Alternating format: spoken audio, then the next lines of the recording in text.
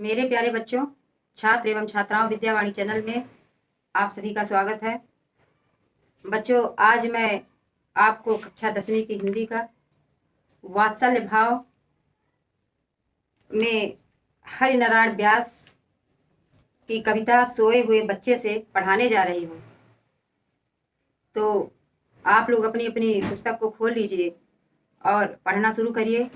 तो आइए सबसे पहले हम इनके जीवन परिचय के बारे में पढ़ लेते हैं। मैंने बोर्ड में लिख भी दिया है। तो हरिनारायण व्यास का जन्म 14 अक्टूबर 1923 में ग्राम सुंदरसी शाजापुर में हुआ है। तो बच्चों, इनकी जो रचना है तो मृग और तृष्णा, त्रिकोण पर सूर्योदय, बरगद के चिकने पत्ते और आउटर पर रुकी ट्रेन आदि इनकी प्रमुख रचनाएं हैं। तो बच्चों, सोए हुए बच्चे से कवि हरिनारायण व्यास जी कहते हैं कि बच्चा इतना सुकुमार है, सो रहा है नींद में, तो कवि नहीं जगाना चाह रहे हैं, अपना भाव इसी कविता के माध्यम से व्यक्त कर रहे हैं। तो आइए शुरू करते हैं। मेरे ख्याल इतने खूबसूरत नहीं हैं। कवि सोए हुए बच्चे से कह रहे हैं कि मेरे ख्याल इतने खूबसूरत नहीं हैं। ख्याल माने विचार होते हैं बच्चों। तो कवि कहते हैं कि मेरे विचार इतने सुंदर नहीं हैं, इतने अच्छे मेरे विचार नहीं हैं कि जिनको मैं फूलों सी खूबसूरत तुम्हारी पलकों को छुआ दूं और ये तुम्हारे लिए खूबसूरत बन जाए। कवि कहते हैं मेरे ख्याल इतने खूबसूरत नहीं हैं, मेरे विचार इतने अच्छे नहीं हैं जिनको मैं फूलों सी खूबसूरत तुम्हारी पलकों में छुआ दूं और ये तुम्हारे लिए खूबसूरत सपने बन जाएं। तो कहते हैं कि जिनको मैं सुंदर पलकों में छुआ दूं और मेरे ये विचार तुम्हारे भविष्य जीवन के लिए सुंदर स्वप्न बन जाएं। तो इतने अच्छे ये मेरे विचार नहीं हैं, इसलिए कवि नहीं छुआना चाह रहा है, सोते हुए बच्चों को नहीं छूना चाह रहा है। ये ख्याल इन दुनियादारी की लपटों में झुलस गए हैं। पहाड़ों से टकराती नाव है, नाकामयाबी की चोट से ये लहूलुहान है। कवि कहते हैं कि ये मेरे जो विचार हैं ये अच्छे नहीं हैं, क्योंकि ये ख्याल इन दुनियादारी की लपटों से झुलस गए हैं। ये जो सांसारिकता की जो लपटें हैं, जो कठिनाइयां हैं, उनके आग की लपटों से ये मेरे विचार जो है झुलस गए हैं, जल गए हैं। और पहाड़ों से टकराती नाव है, नाकामयाबी की चोट से ये लहूलुहान है।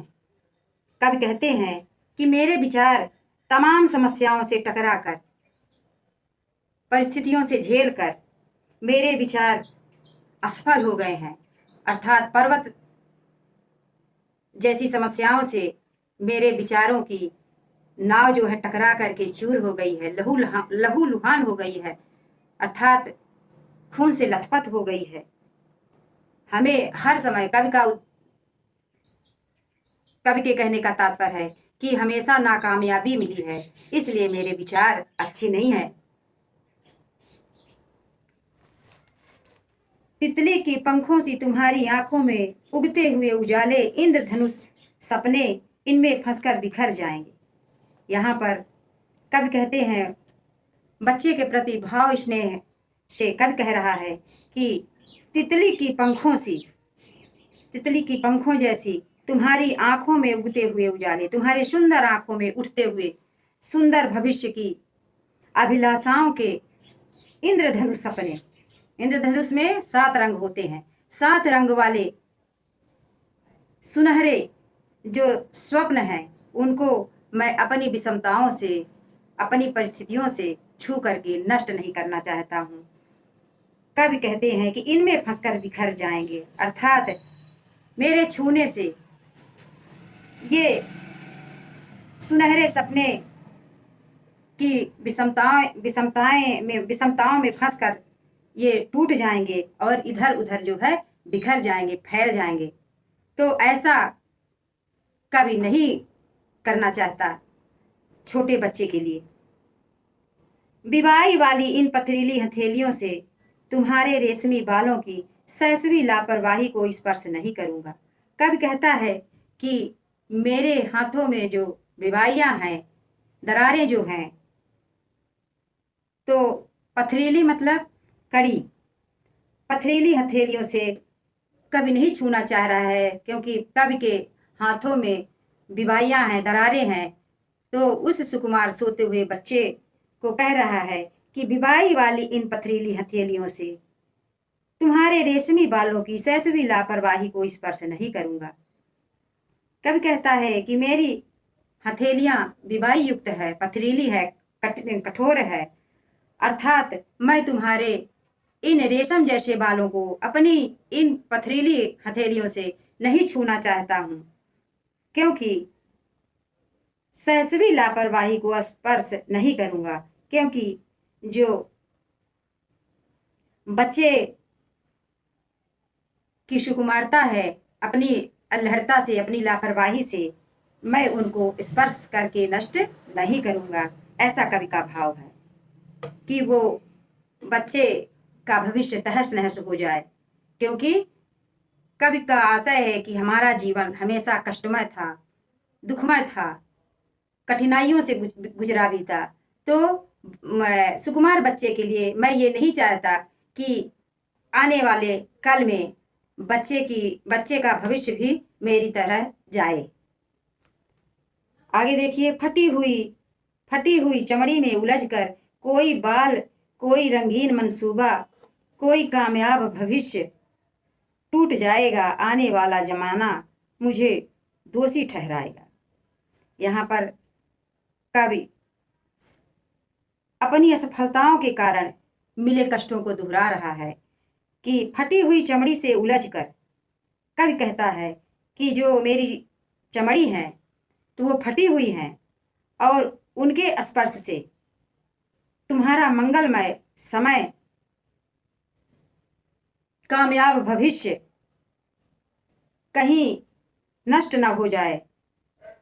ऐसा कवि का इरादा है कि मेरे छूने से बच्चे का आने वाला समय, भविष्य बर्बाद हो जाएगा, नष्ट हो जाएगा, और आने वाला जमाना मुझे दोषी ठहराएगा। और कवि कहता है कि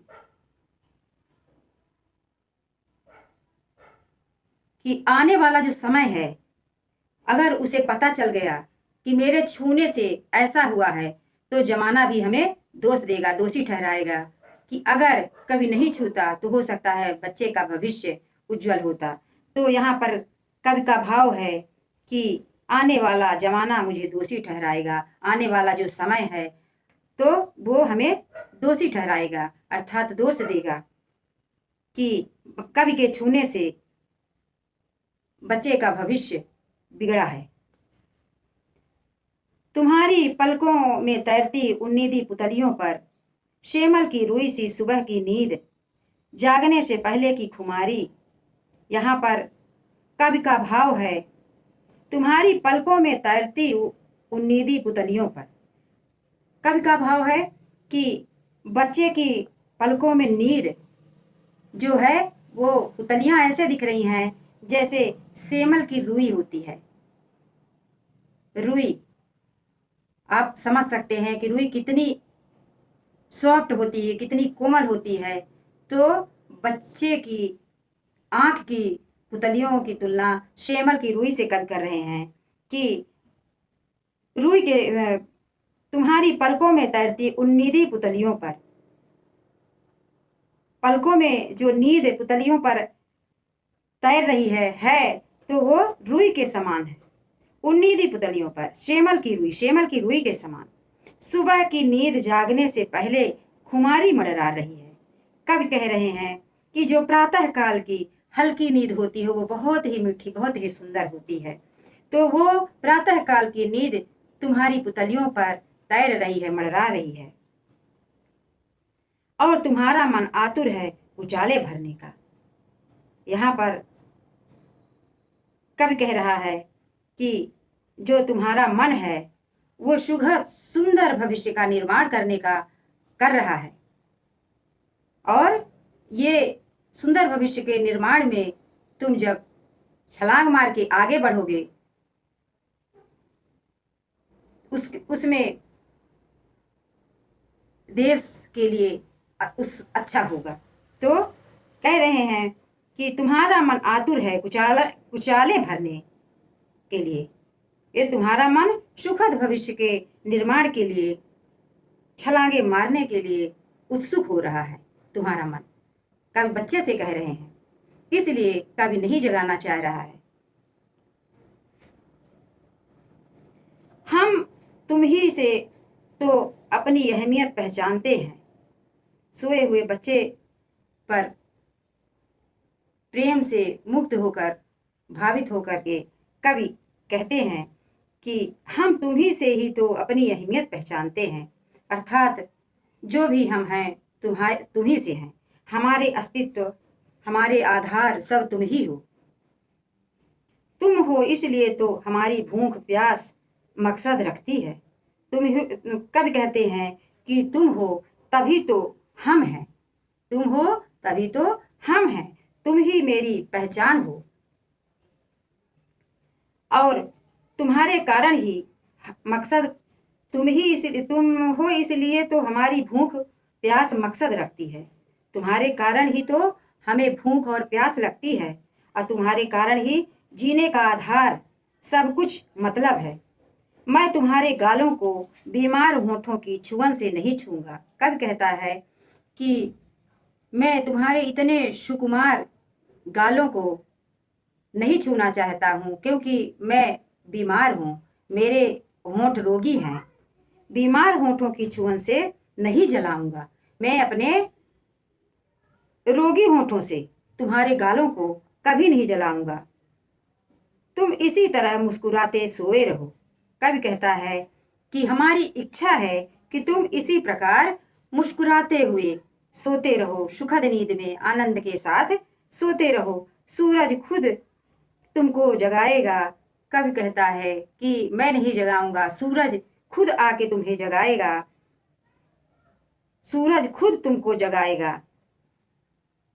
और कवि का भाव है कि तुम मुस्कुराते हुए नींद में भविष्य के स्वप्न को देखते रहो, और सूरज रूपी प्रकाश आके तुम्हें स्वयं जगाएगा, और सुखमय प्रकाश देने के लिए सूरज स्वयं आएगा। ऐसा कवि बच्चे से कह रहे हैं। तो बच्चों, ये हरि नारायण व्यास जी इसके कवि हैं, रचनाकार हैं। आप सोए हुए बच्चे से भी पाठ पढ़ लिए हो, अर्थ इसका समझ गए हो। अब आप जो है विद्यावाणी चैनल को लाइक सब्सक्राइब करते रहिए बच्चों, जिसे हमें भी मोटिवेशन मिलता रहे। आपका सहयोग और मेरा सहयोग आपके लिए, आपका सहयोग मेरे लिए, दोनों मिल करके हम लोग कुछ आगे बढ़ें।